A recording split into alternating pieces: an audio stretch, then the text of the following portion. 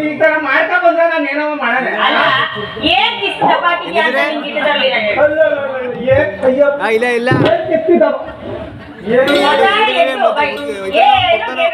ಬೆಳಗ್ಗೆ ಎದ್ದೇಳ್ತೀಯಾ, ಮಗ ತೊಳ್ಕೊತೀಯಾ, ಟೊಮೆಟೊ ತಿಂತೀಯಾ, ಕುರಿ ಮೇಯ್ಸಕ್ ಬರ್ತೀಯಾ.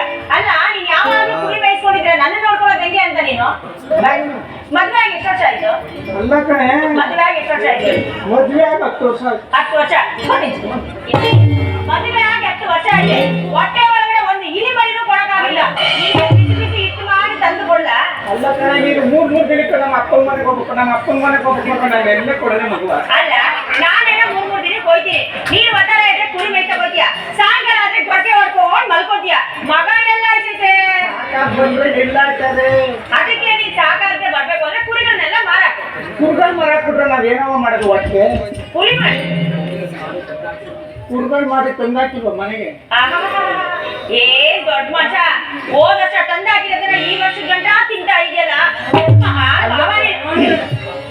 ಅಲ್ಲ ಕಣಮ್ಮಿ, ನಿನ್ಗೆ ಏನಾದ್ರು ಜ್ಞಾನ ಬೇಡವಾ?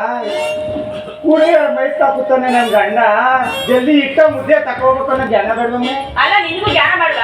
ಮನೇಲಿ ಅಕ್ಕಿ ಇಲ್ಲ, ಕಾಳಿಲ್ಲ, ಬೇಳೆ ಇಲ್ಲ, ಹಸಿಟ್ಟಿಲ್ಲ, ಮಾಡು ಮಾಡು ಮಾಡು ಅಂದ್ರೆ ಏನ್ ಮಾಡಿ ನಾನು